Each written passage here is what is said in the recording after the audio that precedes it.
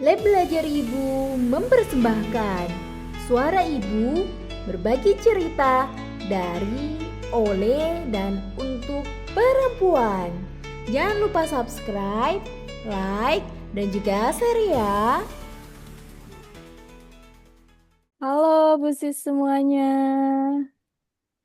Assalamualaikum warahmatullahi wabarakatuh. Perkenalkan, saya Vivi dari Wakil Ketua Lab Belajar Ibu dan juga Dan saya Samia Safa dari Sosial Media Lab Belajar Ibu. dan di episode hari ini kami akan banyak membahas terkait proses menjadi ibu content creator, yang mana kami akan bahas juga tentang gimana sih caranya membangun personal branding, lalu kira-kira apa manfaatnya, dan juga bagaimana kita mengelola ekspektasi kita, mengelola kepercayaan audiens kita, dan juga tetap berusaha menjaga jati diri, dan juga kita berusaha tetap amanah sebagai ibu dan istri. Betul banget Mbak Vivi. Dan bahkan sampai membuat bisnis nih dari media sosial. Betul, ada peluang-peluang gitu ya Mbak Samia ya. Nah, oke langsung aja nih, aku mau langsung tanya ke Mbak Samia. Mbak, boleh diceritain nggak sih mana awal mula nyemplung menjadi content creator dan sekarang berapa followersnya mungkin bisa diceritain ya bagaimana Mbak Samia mencapai angka tersebut. Oke, Mbak Vivi, aku tuh sebenarnya kalau boleh dibilang saat ini kan lebih aktif di Instagram dengan sekitar 19.000 followers. Terus ada juga TikTok dan YouTube. Tapi itu aku baru mulai banget, jadi kayak masih di bawah 100 followersnya gitu ya.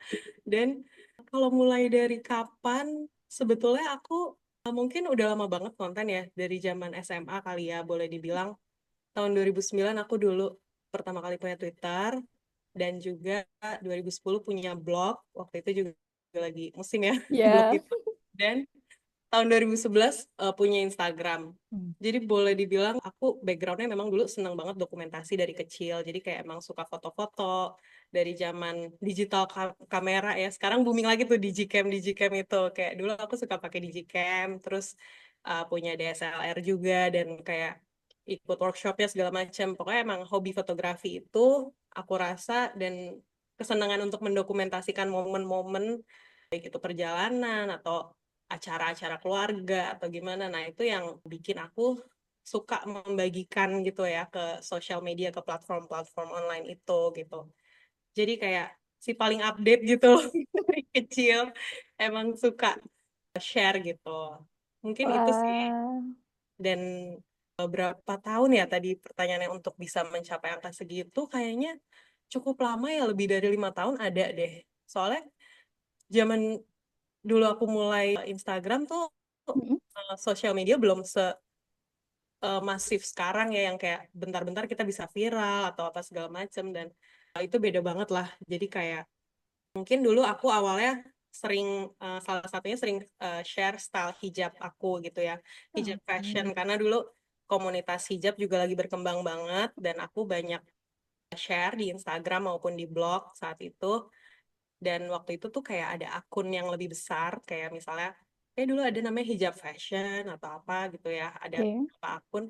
Dia tuh suka nge-post postingan orang yang pakai style hijab gitu kan. Dan dari mana aja itu, kayak nggak cuma dari Indonesia aja, dari luar negeri juga. Dan mungkin ketika aku beberapa kali ada masuk ke akun-akun itu, ada orang-orang yang follow akun aku gitu. Dan untuk blognya juga kayak gitu sih. Dan mungkin dulu aku cukup sering, yang membedakan adalah aku dulu sering nulis dalam bahasa Inggris, Mbak Vivi. Jadi Oke.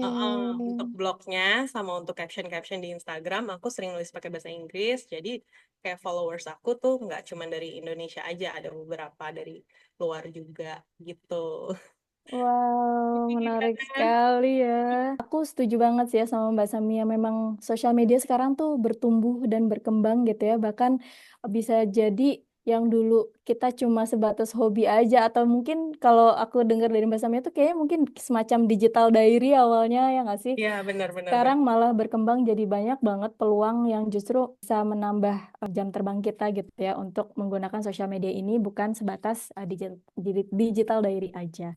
Nah, Mbak Samia, aku izin kok pertanyaan berikutnya nih ya. Kira-kira di titik mana sih Mbak Samia ngerasa kalau oh ternyata main sosmed tuh ternyata ini ya, seru juga gitu. Oh ternyata banyak nih yang ngikutin dan follow aku. Nah itu tuh gimana Mbak perasaannya waktu awal ngerasa kayak, oh ya ini tuh kayaknya bukan sekedar posting deh, tapi aku juga bisa mempengaruhi orang gitu. Kayak tadi kan tutorial hijab bisa membantu orang dan lain-lain. Oke, iya mungkin aku ngerasanya pas tiba-tiba mulai banyak yang follow aku, misalnya dari akun ya hijab tadi atau apa, dan kadang-kadang tuh ada followers aku di Instagram juga follow aku di blog gitu loh, atau kayak di Twitter gitu kan. Ada waktu itu aku aktif di 3 platform itu gitu, dan ya pada saat itu aku ngerasa kayak oh kok jadi ada mulai dikenal orang nih gitu kan, dan bahkan kayak ada yang komen misalnya kok aku lihat Kak Samia tadi di sini gini-gini kayak oh ya gitu ya, kayak maksudnya oh jadi orang ngelihat aku nih gitu kan. Dan kadang-kadang juga ada yang DM misalnya kayak aku mencoba sesuatu karena sesuatu mereka mencoba sesuatu karena apa yang aku share gitu ya, misalnya di Instagram atau di blog itu. Nah itu kayak aku ngerasa opini aku sehari-hari yang aku share di sosial media ternyata berdampak loh gitu ke orang gitu kan. Dan bahkan segala komentar kritik saran pun juga menurutku itu udah merupakan sebuah dampak dari suatu hal-hal yang kita share gitu di sosial media gitu sih. Kalau I dari see. Mbak Vivi gimana nih? Mbak Vivi, boleh nggak share juga awal mulanya untuk di sosial medianya Mbak Vivi, dan ya itu tadi ya misalnya, oh ternyata udah mulai berdampak nih followersnya dari Mbak Vivi. Oke, kayaknya kalau sedikit banyak aku merasa relate sih sama yang Mbak Samia rasakan gitu ya. Mungkin di era-era kayaknya semua serba organik pada zamannya gitu ya. Jadi Betul, betul. circle-nya tuh beneran yang betul tadi nggak dikit-dikit viral, tapi kita bertumbuh bareng dan ketemu sama orang-orang yang mungkin satu energi atau sama-sama relate gitu dengan apa-apa yang kita kontenkan gitu. Jadi nanti di sosial media tuh emang salah satu manfaatnya kita ketemu atau kita yang memilih untuk bertemu dengan orang-orang tertentu yang rasanya matching gitu sama apa yang kita lakukan atau hobi kita atau hal-hal yang punya keresahan di situ gitu. Jadi aku merasa dulu main sosmed itu lanjutan dari as a blogger gitu. Jadi Iya, nulis iya. panjang, terus kita Benar-benar. spill di sosmed gitu. Jadi visitor dari blog itu juga lari ke Ah, sosial media atau muter-muter kayak gitu. Jadinya aku merasa sosial media tuh emang seberpengaruh itu ya untuk kita bisa menjaring orang-orang untuk membaca cerita kita atau juga bisa ketemu saling berkomentar di dunia digital gitu sih Mbak kalau yang aku rasakan. iya, betul-betul. Wah, ternyata sama-sama ngeblok kita dulu ya, Mbak ya. Iya Mbak, aku seneng banget dulu nulis yang lebih agak panjang gitu. Nah ngomongin tentang tadi nih Mbak, aku tertarik sama satu hal yang Mbak Samia bilang, hobi nulis dengan bahasa Inggris. Nah itu awalnya cuma as a hobby atau emang nargetin mau audiensnya juga orang-orang luar negeri sih Mbak? Balik lagi kayak sebenarnya aku emang suka sharing dari dulu ya, maksudnya kayak Hmm. aku update kayak istilahnya kalau sekarang mungkin FOMO kali ya, ada aplikasi apa kita download gitu. Tapi kalau dulu mungkin istilah early adapter, kayak aku early di pakai Twitter, early pakai Facebook, juga tentu ya Instagram dan juga Hmm. blog gitu kan, di saat waktu itu kayak lagi banyak banget. Dan aku sebenarnya waktu itu nulis bahasa Inggris basically karena pengen latihan aja, practice Hmm. my English and then I write on my blog. Tapi ternyata turns out ada followers yang bisa terima apa yang aku share dari luar juga gitu, dan aku kayak ngerasa seneng gitu kan, kayak oh ada istilahnya teman online dari luar gitu kan. Dan ya udah aku emang asli waktu itu di bahasa Inggris, tapi di Oke. beberapa postingan juga aku ada di bahasa Indonesia juga sih gitu. Oke, wah seru banget ya. Terus emang spesial nggak sih kayak ketemu atau membaca feedback dari orang-orang dari luar negeri itu rasanya pasti happy banget ya. Beda gitu ya happynya. Iya, iya, iya. Iya, iya. Dan Oh bahkan ya, kalau misalnya waktu itu inget banget kayak ke Malaysia atau kemana gitu ya, terus kayak ya udah ketemu siapa yang kita ketemu online gitu, oh ketemu di sana gitu loh, kayak ada momen-momen kayak gitunya. wih seru banget ya. Nah ini juga salah satu manfaat ya dari beraktivitas di sosial media gitu ya. Nah, Mbak Sami aku mau ngomong lebih lanjut tentang hobi nih ya. Atau yang aku tahu gitu ya hasil kepo-kepo Cila. Iya. Nih Mbak Samia ini suka juga nih sama K-pop dan K-drama. Nah boleh nggak sih Mbak diceritain kenapa suka sama K-culture ini? Oke, aku ini pengen ketawa juga nih kalau denger kisah aku sendiri ya. Karena aku suka K-culture ini sejak pandemi ya. Jadi banyak ya orang penonton K-drama jalur pandemi. Itu salah satunya aku di tahun 2020 karena pada saat itu kan kita kayak sering nonton ya di rumah dan waktu itu kok banyak ya yang bahas sisi positif dari suatu K-drama gitu ya. Misalnya waktu itu aku pertama kali nonton ke Taiwan Class gitu ya. Dan aku nonton di Taiwan Class itu kayak, oh ternyata ada pelajaran-pelajaran yang bisa aku ambil loh dari tontonan serial K-drama ini gitu kan, tentang bisnis, tentang struggle, apa segala macam. Jadi kayak aku ngerasa, ternyata bagus ya. Terus kayak ya udah nih, mulailah tuh virus K-culture ini masuk ke dalam diri aku dan nggak tanggung-tanggung gitu ya. Dan dari K-drama berlanjut ke soundtracknya dan dari soundtracknya itu juga ke K-pop gitu. Ini aku ngerasa aku kualat sih jujur karena pada saat teman-teman aku mungkin ya yang dan bahkan suamiku juga yang kayak bilang kayak baru sekarang gitu loh kayak kemana aja selama ini gitu. Di saat-saat dulu kita mungkin masih kuliah atau segala macam kan memang udah ngetren gitu ya K-pop waktu itu kayak ada Super Junior, SNSD, Big Bang segala macam ya dan waktu itu aku sekedar tahu aja gitu karena di masa itu aku tuh masih idolaku saat itu adalah Justin Bieber. Oh, Bocil banget ya. Dan bagus-bagus sih Mbak, tapi lagunya ya. hmm, dan aku kayak waktu itu cuma sekedar tahu aja gitu dan ternyata sekarang aku kecantol sama K-pop juga grup ENHYPEN yang mana si ENHYPEN ini juga mereka tuh mengidolakan Bieber juga jadi mungkin ada benang merahnya lah ya. Wow, ini ya, satu root gitu ya. Ya ternyata baru ketemunya sekarang gitu kayak ya ampun kemana aja gitu kayak ya udah sih dan yang lucunya juga sebenarnya aku tahu ENHYPEN ini gara-gara lagu Tayo Tayo karena anak aku nonton Tayo gitu ya Hey Tayo tiba-tiba kok ada videonya kenapa ini kok kayak ada boy band kayak Korea gitu siapa ini gara-gara tontonan anak ini ibunya jadi Wow. jadi nyemplung gitu ke K-pop aduh ini lucu sih kalau diceritain dan kayak orang-orang di sekitar aku kayak pada ketawain aku gitu kayak ada-ada aja gitu. Iya ya, kemana aja gitu ya Mbak Samia ini Iya, baru. benar benar benar. Iya, iya, iya. Bener banget sih. Pernah juga aku dengar gitu ya Mbak Samia. Bahkan ada yang sampai mengulas dari sisi psikiater atau psikolog gitu ya tentang Tuh. betapa relatable-nya K-drama gitu ya. Entah itu topik slice of life-nya. Dan hampir semua topik tuh ada ya. Nggak cuma bisnis tapi juga berkaitan dengan kesehatan atau mungkin Iya iya. apapun Psikologi gitu. Betul. Dan ada. mereka research based banget ya. Kayak mindful gitu. Bikin copy writingnya apa ya. Naskahnya Betul gitu. Skripnya ya. betul betul. Jadi seru gitu. Wah, seru, Udah seru, seru, seru, tercantol seru. nih.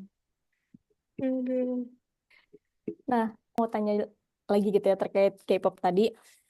Kan kadang di masyarakat kita tuh di Indonesia suka apa ya, ada anggapan tidak tertulis gitu ya bahwa kalau udah jadi istri gitu ya atau udah jadi ibu tuh kita tuh seolah-olah harus atau jadi menarik diri untuk meninggalkan dunia lamanya gitu, entah hobi atau apapun. Nah, menurut Mbak Samia apa nih? What do you think about that? Ya, ya banyak sih ya kayak orang kayak selalu banyak ya maksudnya istilahnya turun ya kalau udah ibu-ibu tuh udah nggak usah deh yang gini-gini lagi atau apa gitu ya. Tapi aku yang aneh di aku malah aku kan setelah punya anak ini gitu loh baru tahu dan baru suka baru fangirling K-pop gitu kan. Jadi kalau aku tarik mundur mungkin dari sisi fangirlingnya itu sebenarnya aku dari masa kecil sih emang udah ada aktivitas aktivitas fangirling itu tuh kayak udah dari dulu aku lakuin ternyata ya karena boleh dibilang kayak misalnya aku waktu SD suka Indonesian Idol dulu aku sampai nonton lomba ke Balai Sarbini kayak nonton mereka terus kayak sampai aku ingat banget dapet tanda tangannya di tas gitu kayak semua kontestan itu gitu dan ada juga fase waktu udah SMP misalnya suka bola ya of course suka bola lihat pemain bolanya juga ya Mbak. Jadi kayak ada fase-fasenya terus misalnya fase suka grup musik tertentu kayak ya mungkin kalau generasi millennials relate banget ya kayak dulu ada Simple Plan, My Chemical Romance, Muse Yes. segala macem. Dulu aku kayak nonton loh gitu kayak maksudnya aku seniat itu emang dari dulu kayak yang kayak aku suka nonton konsernya terus udah gitu juga koleksi merch mungkin kalau sekarang merch K-pop gitu kalau dulu kayak aku suka koleksi misalnya even kalender dari suatu film yang aku suka, Narnia gitu. Misalnya dulu aku Poster-poster suka, gitu ya. ya Narnia, terus aku punya kalendernya, apa kayak gitu-gitu kayak. Ternyata mungkin dari kecil emang aku udah itu kayak fangirling as a hobby gitu dan sampai aku ternyata udah jadi seorang ibu itu masih ada hobi itu dalam diri aku tapi mungkin sekarang bentuknya aku tersalurkannya ke K-pop dan K-drama gitu sih. Jadi aku malah sih ngerasa gitu-gitu aja tapi kayak ya udah kita tetap tahu batasannya dan kalau misalnya omongan orang itu pasti ada aja ya yang namanya Yes. komentar negatif itu mau kita ngelakuin apapun itu apalagi di sosial media orang bebas berkomentar itu kayak pasti ada aja tapi mengatasinya sih aku dengan gak terlalu ambil pusing ya Mbak karena Hmm. mungkin orang yang berkomentar ke kita hanya tahu sekian persen dari kehidupan kita as a whole person gitu kayak apa yang mungkin menurut kita, oh kayaknya ini pandangan orang terhadap kita yang ini salah deh atau gimana, kita nggak usah kita beri ruang pengertian itu karena kan orang juga nggak tahu kita keseluruhannya gitu kan, jadi kayak ya udah nggak apa-apa biarin aja ada komentar ini atau kayak gimana segala macam dan mungkin kalau sekarang orang malah ya di era saat ini yang dimana awareness tentang mental health segala Yes. macam juga sangat-sangat diperhatikan, orang kayak ngelihatnya kalau ngeliat aku kayak ini kayak oh ini ibu-ibu 2 anak tapi suka K-pop ya kayak mungkin oh ya dia kan sehari-hari berat ya ngurusin 2 anak mungkin dia punya hobi dan menyalurkan hobinya di K-pop ini gitu kali ya jadi kayak orang malah bisa berpikir positif atau apa gitu sih Bener, gitu. setuju banget. Jadi kayak ya ada opsi lain gitu ya, perspektif lain, point of view yang lain, yang itu justru kadang menguatkan kita gitu ya untuk melanjutkan hobi-hobi kita. Dan bahkan justru hobi ini yang nggak boleh ditinggalkan gitu ya sebagai ibu. Karena itu kan sambatnya kita lah ibaratnya, tanda kutip ya. Oke, oke, oke. Seru banget sih Mbak Samia. Aku jadi pikiran. Oke, kita lanjutkan ya. Nah, ini Mbak lanjutin terkait tadi ya perkontenan atau sekarang geser ke selain as a hobby, social media juga it's a very good for building our personal branding gitu ya. Atau mungkin kalau konteksnya Mbak Samia membangun bisnis gitu ya. Nah, kira-kira nih ada nggak sih manfaat yang paling kerasa banget sama Mbak Samia setelah makin banyak orang yang ngikutin Mbak Samia gitu ya? Atau kerasa nggak ada peluang-peluang yang tiba-tiba hadir gitu lewat konten ini atau main sosmed ini? Berasa banget terutama online presence mungkin ya buatku online Hmm. presence di platform apapun mungkin ya yang dari awal aku rasain karena mau nggak mau emang dalam social media itu ada hal-hal yang agak diskriminatif ya, yang aku rasa. Contohnya misalnya di Instagram dulu ya Mbak. Sebelum kita sekarang ada fitur taruh link di story kita, dulu kan Hmm. adanya swipe up ya. Dan fitur swipe up itu hanya ada buat orang dengan followers 10.000 ke atas. Oke. Jadi aku rasa kayak dengan manfaat dari konten dan kita punya audience, kita punya followers itu lebih ke online presence. Jadi kayak ada early updates untuk creators gitu kan ya, untuk konten kreator tuh dari platformnya sendiri tuh kasih kita akses lebih dulu gitu. Misalnya tadi swipe up, boleh kita pakai dulu, sekarang semua Hmm. bisa pakai gitu kan. Dan juga mungkin bisa lebih ternotis dengan akun-akun besar atau gimana. Mau nggak mau ada si diskriminasi tadi. Aku notice juga itu kayak, oh kita bisa ya sorting inbox kita, DM kita mau baca dari orang yang punya followers sekian. Itu ada juga. Itu memang secara online itu hal-hal kayak gitu adalah jadi pengaruh juga gitu kan ya.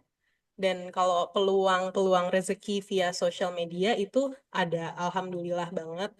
Walaupun aku sebetulnya dari awal di sosial media memang nggak jadikan konten kreator sebagai sumber mata pencaharian utama gitu. Jadi aku kalau dirasa emang nggak ambisius target misalnya followers sekian, mau viral dalam waktu sekian segala macam. Bahkan Hmm. sempat aku pada saat baru punya anak itu aku vakum dari Instagram, maksudnya dari posting feed ya. Itu kayak berbulan-bulan lamanya aku nggak ngepost gitu, hanya story-story aja gitu kan. Karena aku mungkin sibuk dengan dunianya sendiri dan karena itu tadi aku nggak jadikan ini sebagai utama gitu kan. Tapi peluang yang ada tentu kita kita terima dengan baik gitu ya. Jadi kayak misalnya dulu pada saat mungkin aku pada saat aktif-aktifnya di Instagram dan dulu KOL dan influencer belum semasif sekarang, sebanyak sekarang gini ya di mana-mana bisa orang punya ratusan ribu followers segala macam gitu. Jadi Dulu aku juga ada kerja sama brands, endorsement, dan lain sebagainya. Dan bahkan dalam proses aku menjadi seorang ibu juga itu alhamdulillahnya ada terus gitu. Kayak misalnya pada saat sedang hamil, jadi ada yang ngajak kerjasamanya di Hmm. kehamilan gitu. Terus pada saat aku sudah melahirkan, ada kerjasama dengan yang support ibu menyusui, Hmm. ada undangan event untuk ibu-ibu segala macam. Jadi, dan bahkan peluang-peluang yang lain ketemu K-pop idol aku itu juga dari sosial Wow. media jujur itu kayak prestasi fangirl fangirling aku kayak dari sosial media tiba-tiba aku ketemu K-pop idol aku secara gratis dan langsung dan aku kayak gak nyangka sih waktu itu kayak wow ternyata aku bisa ketemu K-pop idol Wih, kok aku ikut seneng ya? Aku ikut deg-degan ya, berasa aku yang ketemu ketemu. gitu ya. Aduh. Mbak Vivi gimana Mbak Vivi kalau aku Apa tuh? nanya, kalau Mbak Vivi kan, maksudnya selain bikin konten di sosial media juga ada full time job juga kan. Nah itu Mhm. apakah pekerjaan-pekerjaan yang saat ini Mbak Vivi jalanin juga itu hadir dampak dari branding, personal branding Mbak Vivi di sosmed atau gimana? Yang aku rasakan sih sebetulnya, oh yang pertama adalah terkait kesempatan bekerja, iya betul, aku tahunya dari sosial media gitu, dan karena aku bermain di sosial media gitu. Nah, tapi untuk penilaian bahwa apakah aku lanjut menjadi kerja itu karena sosial media itu, aku juga, itu mungkin HRD-nya yang tahu ya, tapi yang pasti aku merasa peluang untuk kita ketemu sama orang baru, atau kita jadi berasa salah satu manfaat sosial media adalah mendekatkan yang jauh, tapi semoga nggak menjauhkan yang dekat gitu ya. Amin, amin. Em, dan itu kerasa banget sih manfaat sosial media. Terus sama yang kedua sih kalau aku boleh cerita itu adalah kita jadi mudah untuk ketemu sama role model kita gitu ya. Jadi kita bisa background check gitu ya orang-orang yang kita suka, atau misalnya penulis gitu ya, terus hobi dia apa dan lain-lain. Jadi proses kreatifnya juga jadi bisa lebih kegali gitu ya. Dan meskipun tentu ya sosial media kita sepakat itu tidak mencerminkan whole person gitu, atau mencerminkan seluruh pribadinya gitu. Sehingga salah satu manfaat sosial media buatku adalah betul sebagai portofolio berjalan kita, di mana semakin kita dekat hari-hari kita dengan sosial media, itu semakin mudah-mudahan terasa juga gitu sama orang-orang yang membaca sosmed kita, atau juga orang yang pengen tahu tentang kita gitu. Dan kita juga nggak merasa lelah gitu loh, karena kayak nggak, kita tidak membangun topeng tapi berusaha sejujur mungkin kita apa adanya kita gitu sih Mbak Sami. Mbak Vivi, selain untuk pekerjaan nih Mbak Vivi, aku kan tahu Mbak Vivi juga dari komunitas Lab Belajar Ibu nih ya. Nah, aku mau nanya juga dong, sejak kapan Mbak Vivi suka berkomunitas dan apa yang disukain sih dari berkomunitas?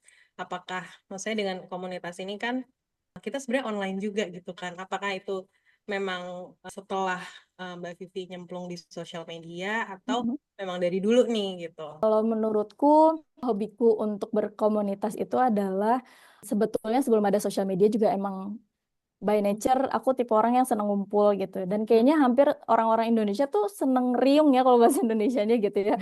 Seneng benar-benar. ngumpul, nongkrong, ngobrol. Obrolan yang nggak penting tuh jadi penting karena kita membangun koneksi gitu ya di antara sesama. Nah, di era sosial media ini tuh aku merasa kayak kita hidup di dua dunia gitu ya, dunia nyata dan di dunia maya.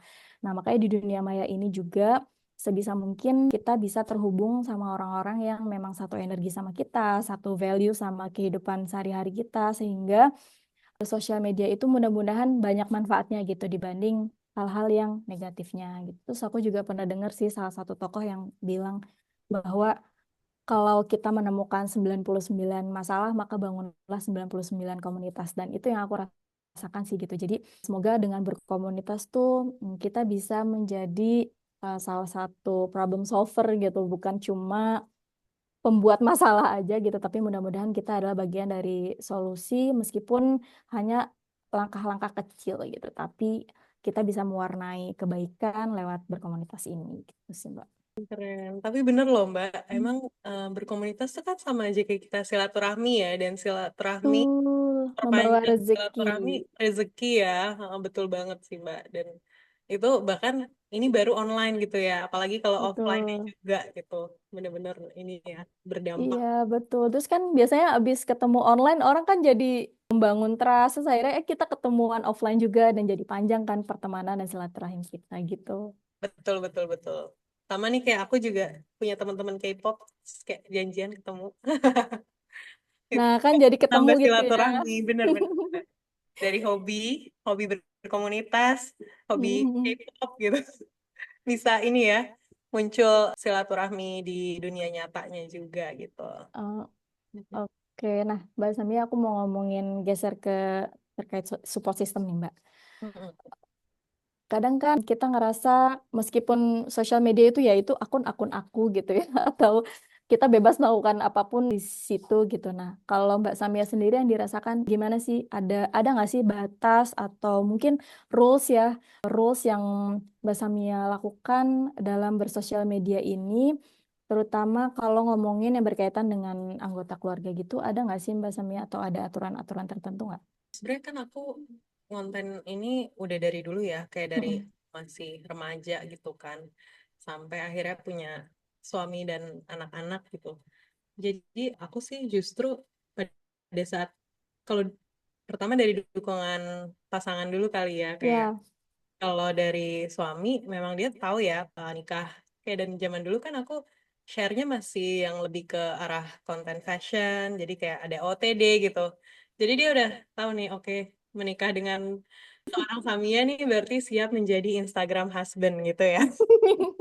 Oh ya, videographer husband ya. mau nggak mau ya tiba-tiba kayak foto dulu ya di sini atau apa gitu kan. Jadi kayak Yang ini ya Mbak, yang mengerti fungsi kamera belakang. betul betul. Jadi apalagi sekarang video gitu ya, dan dulu foto aja gitu udah PR ya, sekarang video juga gitu. Jadi support itu dari awal udah ada ya, dan mungkin lebih ke arah kayak kalau ada tawaran kerjasama atau apa dari yang datang dari online ini, aku selalu komunikasikan juga ke suami gitu ya. Jadi kayak misalnya, oh ini ada endorsement ini atau apa, kayak terima nggak nih atau gimana, kayak ya udah, tapi rata-rata sih dibolehin gitu ya, jadi kayak maksudnya emang sekedar untuk kita izin aja gitu Hmm. ya. Dan kalau untuk anggota keluarga sendiri ya, misalnya anak-anak, aku juga cukup santai sih sebetulnya dan sering Hmm. share tentang anak-anak gitu ya di story Instagram gitu ya, dan mungkin lebih kayak share aktivitas Hmm. dan hobi mereka masing-masing gitu ya. Yes. Dan karena kadang tuh kalau ibu-ibu tuh suka relate gitu ya, kita Setuju banget sih Mbak. kadang kayak ngelihat, oh anak kita gini, oh ya anak si ini juga gini ya, kayak oh ya gitu loh. Jadi kayak kadang-kadang Saling kita menguatkan gitu ya. paling menguatkan, memvalidasi sesama ibu, Betul. dan kayak jadi ada supportnya juga gitu. Kalau ada konten atau apa yang aku harus take sama anak, yaitu anakku juga tahu dan melakukan hal yang dia suka. Misalnya waktu itu aku ada shoot lagi baca buku sama anak gitu kan. Dan karena emang kita sama-sama suka baca, terus lagi ngerjain sesuatu gitu, emang suka gitu dianya. Jadi dia mau aja gitu kan. Dan ya paling kalau untuk batasan-batasan yang harus kita jaga lebih ke arah privat, itu buatku sih lebih ke arah kayak misalnya aktivitas sekolah dan lain sebagainya, itu Hmm. aku sebisa mungkin jaga, karena ya apa namanya, ya dalam dunia digital ya mungkin menurut aku masing-masing keluarga pasti punya pakemnya masing-masing gitu ya, dan aku respect atas apapun pilihan setiap keluarga. Betul. Dan ya misalnya contohnya misalnya anak aku les gitu ya, aku share-nya pada saat anak aku les aja nih, bukan yang sama lagi teman-temannya atau apa, karena kita nggak tahu ya keluarga yang lain kan gimana dia dalam Hmm. bersosial medianya gitu. Lebih ke situ Oh. sih. Kalau Mbak Vivi sendiri gimana, Mbak Vivi ini? Aku mau nanya balik nih Mbak, kalau dukungan dari suami dan keluarga terhadap konten-konten, karena ada konten tentang anak-anak juga ya Mbak Vivi di Iya, betul, betul. itu Iya gimana? sih Mbak, aku setuju sih sama Mbak Samia gitu ya. Jadi pasangan kita tuh mudah-mudahan menerima kita dan menerima hobi-hobi dan kecintaan kita gitu ya, terutama bersosial media ini gitu. Jadi mungkin karena dulu sebelum menikah suamiku udah tahu kalau aku tuh aktif juga di sosmed gitu ya. Akhirnya setelah menikah juga beliau nggak pernah ada yang merasa harus bagaimana-bagaimana gitu. Cuman memang kadang kalau konten-konten yang berkaitan dengan suami atau pekerjaan suami gitu ya, atau yang ngomongin tentang keluarga, aku biasanya by approval beliau aja sih gitu. Cuman sebenarnya beliau nggak ribet, cuma hanya itu bagian dari aku menghormati beliau gitu. Apakah ini aman untuk di up atau enggak gitu. Nah biasanya itu juga ada pandangan-pandangan baru dari beliau gitu, atau kayak make sure aja sih lurusin niat lo gitu untuk nggak naikin konten ini apa gitu. Jadinya itu raising awareness aku sih pentingnya untuk bahkan kayak konten-konten recehku pun juga kadang aku nanya dulu gitu ke Mas Uta, ini aman nggak ya? Aman nggak ya? Oh ya nggak apa-apa, aman, itu seru kok, lucu gitu-gitu. Jadi itu sih Mbak kalau aku. Jadi memang ada batasan tapi juga kita saling menghormati hobi kita masing-masing gitu. Jadi ini ya, tetap maksudnya nggak ada pertentangan, tapi adanya ini ya, saran dan approval dari suami. Iya, Ya. betul. Approval yang maksa, oh enggak ya. Terakhir nih Mbak, yang berkaitan dengan konten gitu ya. Kan kita suka denger nih ada ibu-ibu yang punya kekhawatiran soal AIN gitu. Atau bahasa Indonesianya mungkin semacam energi negatif gitu. Kalau kita bisa sederhanakan gitu terjemahannya. Nah, menurut Mbak Samia gimana terkait pandangan tersebut?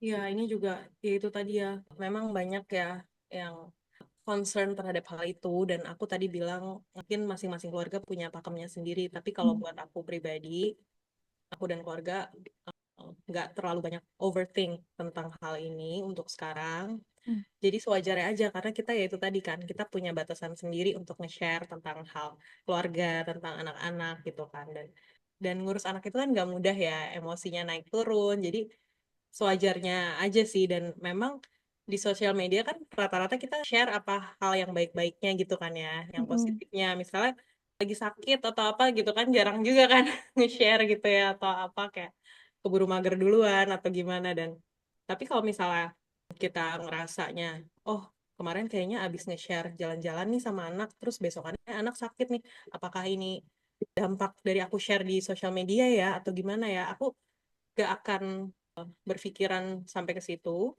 sejauh ini karena aku merasa ya memang ada fase-fasenya gitu ya, fase anak-anak sakit, fase anak-anak happy-happy dan itu sangat wajar gitu dan jadi aku nggak terlalu dibawa kepikiran kemana gitu karena aku ngepost ini itu dan mindset ini juga berlaku untuk postinganku sendiri gitu. Jadi kayak yang aku bawa untuk selama ini dalam bersosmed kayak ya udah kalau aku udah ngepost sesuatu ya udah let it be kayak ya udah dia akan ada sebagai digital diary aku itu tadi gitu kan ya. Jadi kadang kan orang kalau udah overthink gitu kadang oh ya udah habis ngepost ini terus nanti dihapus atau gimana gini, aku Iya, orangnya kalau aku udah kayak udah di post udah gitu jadi let it be ya.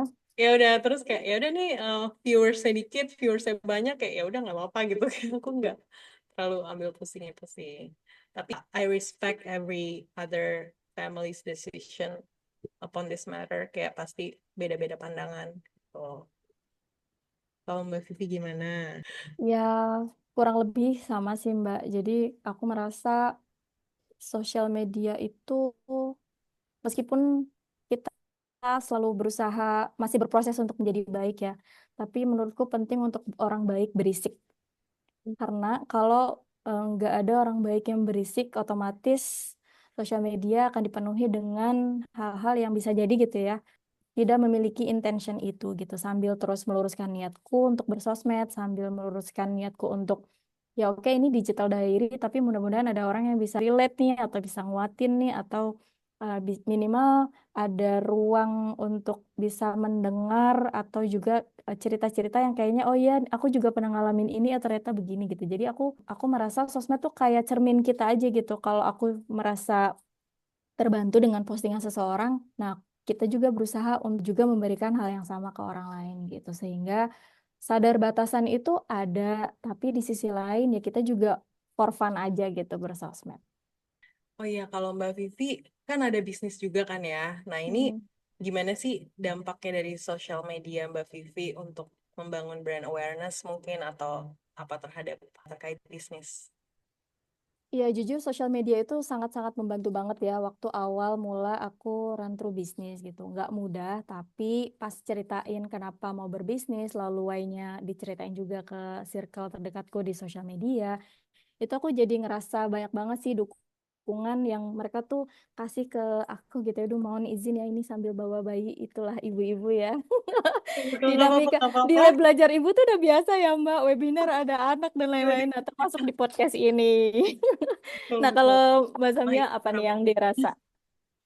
Oh ya, kalau aku sebenarnya sih pengaruhnya di awal-awal mungkin ya yang cukup banyak karena aku kan awal-awal emang kontennya lebih ke fashion dan setelah aku konten fashion itu baru aku bikin bisnis fashion gitu kan ya. Jadi cukup lumayan jadi exposure untuk promosi juga dan jadi dulu sempat juga endorse teman-teman hijabers gitu kan ya tanpa perlu mungkin kalau sekarang modalnya udah besar banget gitu kan ya dan tapi sekarang sih kondisinya sih memang aku lagi vakum ya untuk yang brand modest fashionnya jadi nggak ngeluarin koleksi baru lebih ke ada custom gitu dan sekarang aku malah nemuin juga dari hobi baru ini yang tentang K-pop K-drama ini ada jadi sebuah peluang untuk usaha baru gitu. Jadi aku recently bikin akun Just Tip Korea nih. Wow, Ya, menarik ya. jadi gara-gara aku kan suka cari merch gitu ya, cari merch, album K-pop segala macam. Terus kan kadang-kadang misalnya kelewat waktunya gitu. Kadang kalau kayak gitu kan di komunitas K-pop tuh kayak oh ya pada saat pre-ordernya gitu kan banyak yang pesan. Kalau misalnya udah lewat atau gimana tuh nyarinya tuh kadang lebih susah. Nah, jadi aku waktu itu memutusin untuk cari tahu kan gimana caranya dan akhirnya aku membuka hal itu sebagai suatu bisnis baru gitu dan ternyata aku kaget juga ternyata cukup banyak yang berminat gitu kan ya. Mungkin orang-orang yang kayak males mantengin jadwal live shopping kalau misalnya ada orang harus live ke Korea dulu atau gimana. Jadi karena ini aku bisa anytime jadi kayak orang ya udah bisa pesan kapan aja gitu dan aku kaget juga sih maksudnya dari suatu hobi kita nyari suatu perintilan ternyata oh bisa jadi suatu bisnis baru juga gitu. Ya mungkin sih dampaknya sih lebih ke kayak gitu ya. Dan itu sih Mbak Vivi. Seru, seru, seru. Nah, Mbak Samia nih, kembali ke ibu-ibu berkonten dan main sosial media. Pernah nggak sih Mbak ngerasain? Mbak Samia mungkin ini akan menjadi last questions dari aku. Pernah nggak sih Mbak Samia merasa kelelahan gitu main sosial media? Wah, ini mungkin ibu-ibu bisa relate ya. Burnout gitu ya, overwhelmed. Betul, merasa burnout atau overwhelmed gitu sama sosmed. Aku nggak tahu ya, mungkin karena udah menjadi bagian dari rutinitas aku untuk terus update, jadi belum pernah kepikiran jujur untuk detox dari medsos ya. Tapi kalau misalnya aku jarang update pernah ya, misalnya yang tadi pas abis lahiran gitu kan ya, kayak udah berlama-lama kayak nggak update feed, tapi sebenarnya tetap update story gitu. Atau misalnya aku lagi overwhelmed sama kegiatan in real life di dunia nyata yang lagi banyak banget sampai nggak sempat itu buka sosmed itu mungkin pernah ya tapi bukan yang aku sengajain gitu loh karena aku basically apa-apa tuh kadang aku suka update aja gitu tiap hari. Atau kadang misalnya lagi sakit gitu ya kayak udah capek tapi kadang juga lagi sakit juga aku update-update aja. Jadi kalau aku sih, makanya aku juga bingung kayak orang yang bisa, kok detox sosmed gitu. Kalau Mbak Vivi gimana? Mbak Vivi jangan-jangan pernah lagi nih detox sosmed. Wow, dan itu adalah aku. Iya bener. Jadi Gimana? Mbak, ya, jadi Mbak aku tuh punya kebiasaan sebetulnya udah lama ya dari 8 tahun 10 tahun yang lalu. Sebenarnya aku udah off notifications ya, baik itu WhatsApp, sosial media dan lain-lain. Jadi aku berusaha ketika aku buka WhatsApp ya memang aku lagi mindful untuk bales gitu. Meskipun ternyata pas udah jadi ibu beda ya. Kadang banyak banget yang nggak kejawab dan lain-lain. Nah, kalau aku berusaha kalau aku lagi low energinya, aku tuh nggak main sosmed, Mbak.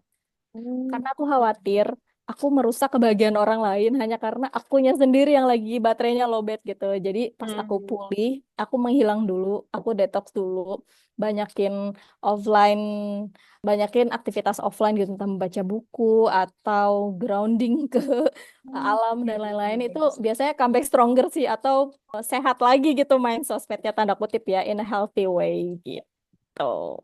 Oh gitu, wah ternyata ya memang ya buat sebagian orang detox sosmed itu sangat penting ya Mbak ya. Aku baru tahu nih, karena aku orang yang kayak nggak kebayang gitu loh, nggak buka sosmed gimana.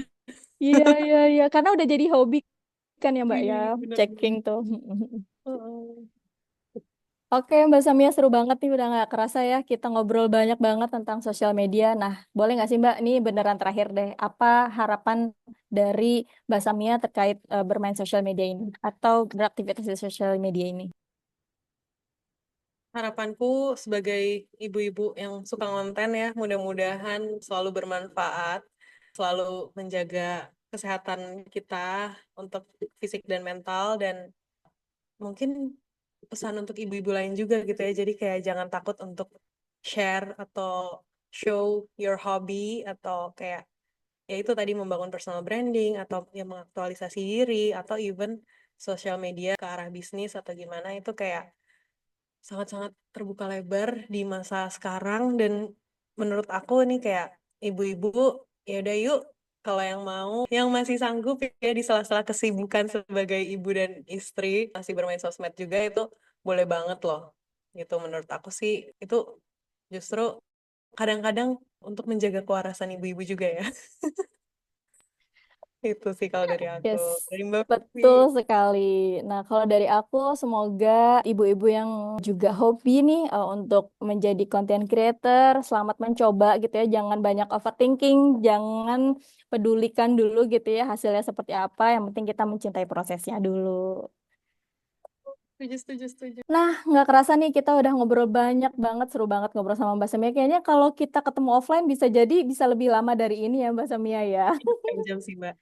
Ya, kami izin undur diri. Mohon maaf bila ada salah-salah kata. Saya Vivi.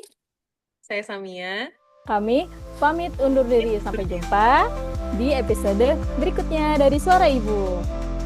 Siniar Lab Belajar Ibu, tempat berbagi ilmu, inspirasi, dan cerita dari, oleh, dan untuk perempuan. Bye-bye. Sampai Bye-bye. jumpa lagi.